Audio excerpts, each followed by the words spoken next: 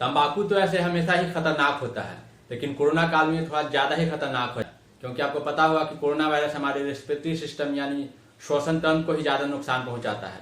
इसलिए जो लोग भी स्मोकिंग करते हैं, चाहे वो सिगरेट, बीड़ी, खैनी, पान मसाला, गुटखा किसी भी फॉर्म में हो, किसी और दूसरे फॉर्म में हो, उससे हमारा जो श्वसन तंत्र है, जो लंग्स हैं, वो काफी कमजोर हो जाते हैं और कोरोना वायरस को अटैक करने का एक अच्छा मीडियम मिलता है। इसके अलावा जो लोग चबाने वाला गुटखा या खैनी वगैरह खाते हैं और खा के थूकते हैं, वो कोरोना वायरस फैलने का एक बड़ा मीडियम होता है। इसलिए तंबाकू के नुकसान के प्रति लोगों को जागरूक करने के लिए WHO हर साल 31 मई को वर्ल्ड नो टोबैको डे या वर्ल्ड एंटी टोबैको डे, जिसको हिंदी में विश्व तंबाकू निषेध दिवस भी कहा जाता है, मनाता है। कैसे शुरुआत हुई थी इसकी? आखिर तंबाकू में क्या पाया जाता है कि जिसकी वजह से लोगों को इसकी लत लग जाती है? तंबाकू हमारे शरीर को किस तरह से नुकसान पहुंचाता है और अगर किसी को लत लग जाता है तो उसको छोड़ने के लिए क्या किया जा सकता है? आइए जानते हैं आज के इस वीडियो में।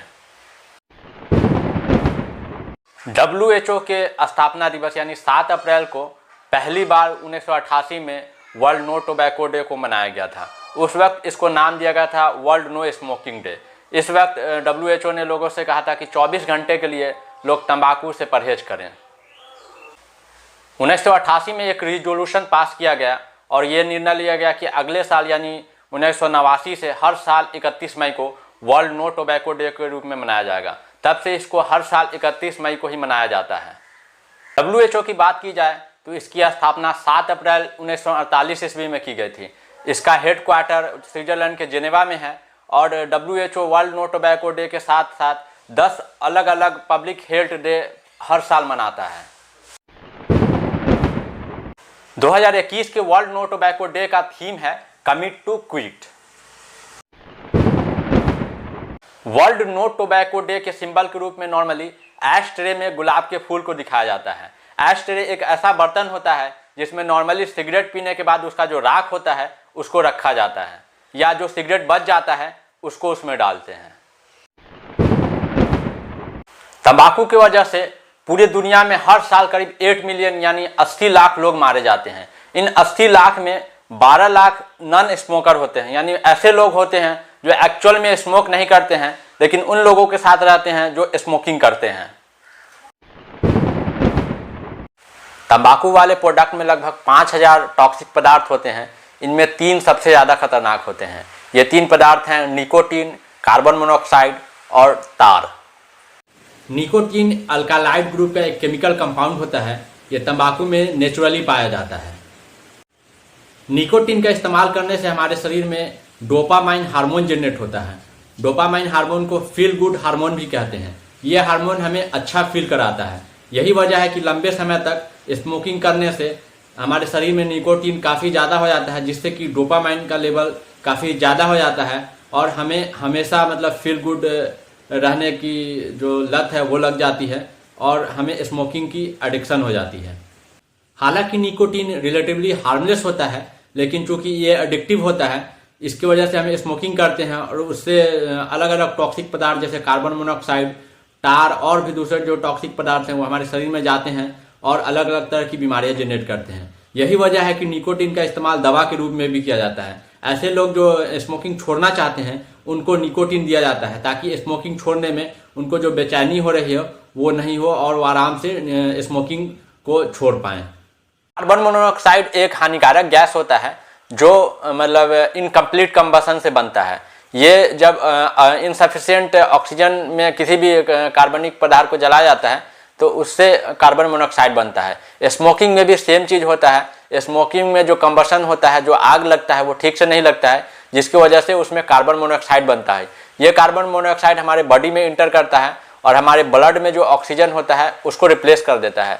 इसकी वजह से हमारे ब्लड में ऑक्सीजन की कमी हो जाती है और हार्ट को ज़्यादा काम करना पड़ता है खून सप्लाई करने के लिए।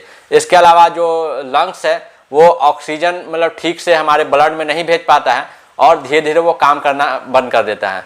इसके अलावा जो प्रेग्नेंट औरत हैं उनको भी स्मोकिंग करने के लिए मना किया जाता है, क्योंकि स्मोकिंग से उनके ब्लड में ऑक्सीजन का लेवल कम हो जाता है, जिससे कि उनके बच्चों को जो ऑक्सीजन की ज़रूरत होती है वो नहीं मिल पाती है। टार एक येलो ब्राउन कलर का स्टिकी सब्सटेंस होता है जो हमारे फेफड़े में जाके चिपक जाता है। इसकी वजह से हमारे फेफड़ा जो है हवा से ठीक से ऑक्सीजन को एब्जॉर्ब नहीं कर पाता है। टार में कैर्किनोजेंस नामक एक पार्टिकल होता है जिससे कि कैंसर होता है। इसके अलावा जो टार है अलग अलग तरह का जो फेफड़ा का बीमारी है, लंग्स का बीमारी है, उसको जनरेट करता है।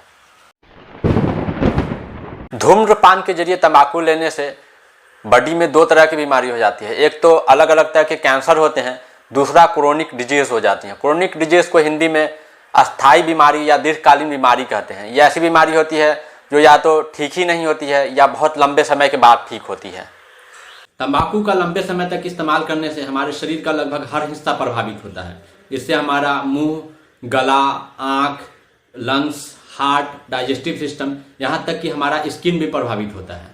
तंबाकू का लंबे समय तक इस्तेमाल करने से मुंह, गला और फेफड़ा का कैंसर हो जाता है। इसके नियमित इस्तेमाल से मतलब कैंसर होने का जो चांस है वो 90% तक बढ़ जाता है। स्मोकिंग और तंबाकू का इस्तेमाल करने से दिल के बीमारी का खतरा भी करीब 4 गुना तक ज़्यादा हो जाता है। चबाने वाले तंबाकू से ओरल कैंसर हो जाता है। इससे मुंह, गला, गाल, मसूड़े, होंठ, यहाँ तक कि जीभ तक में कैंसर हो सकता है। स्मोकिंग व तंबाकू के इस्तेमाल से आँख की रोशनी कम हो जाती है, यहाँ तक कि आँख में मोतियाबिंद तक हो सकता है। स्मोकिंग करने वाले पुरुष एवं महिलाओं में अल्जाइमर होने का भी खतरा अधिक होता है। इसके अलावा महिलाओं की प्रजनन क्षमता भी प्रभावित होती है। तंबाकू सेवन करने से ब्लड प्रेशर और दिल की जो धड़कन है वो भी बढ़ जाती है। तंबाकू के सेवन से डायबिटीज, लकवा, यहाँ तक कि गठिया रोग भी हो सकता है। स्मोकिंग छोड़ने का सबसे अच्छा तरीका है अपने आप को इंस्पायर करना, इसके नुकसान के बारे में पढ़ना, ताकि आप जल्दी से जल्दी इसको छोड़ पाओ। इसके अलावा आप अलग अलग नशा मुक्ति जो केंद्र होता है या जो डॉक्टर्स होते हैं उनकी मदद भी ले सकते हो।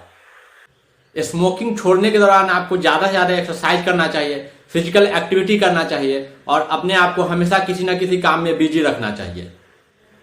जब आप स्मोकिंग छोड़ने की कोशिश करोगे तो उससे आपके शरीर को निकोटीन नहीं मिल पाएगा, इससे आपको बेचैनी होगी। इसलिए जब आप स्मोकिंग छोड़ रहे हो उस पीरियड के दौरान आपको अलग अलग तरीके ढूंढने चाहिए जिससे कि आप अपने आप को खुश रख पाओ। स्मोकिंग छोड़ने के दौरान आपको हैप्पी हार्मोन्स के बारे में जानना चाहिए और ये जानना चाहिए कि किन एक्टिविटी से वो हार्मोन जनरेट होता है। जो मेन हार्मोन होता है हैप्पी हार्मोन, उनमें इंपॉर्टेंट है इंडोर्फिन्स, डोपामाइन, ऑक्सीटोसिन और सेरोटोनिन। ये आपके अलग अलग एक्टिविटी जो हैं उनसे जनरेट होते हैं। आपको उस तरह की एक्टिविटी करने चाहिए जिससे कि ये हार्मोन जनरेट हो और आप खुश रह पाओ। इस दौरान आप मतलब स्मोकिंग छोड़ने में काफ़ी आसानी से छोड़ सकते हो।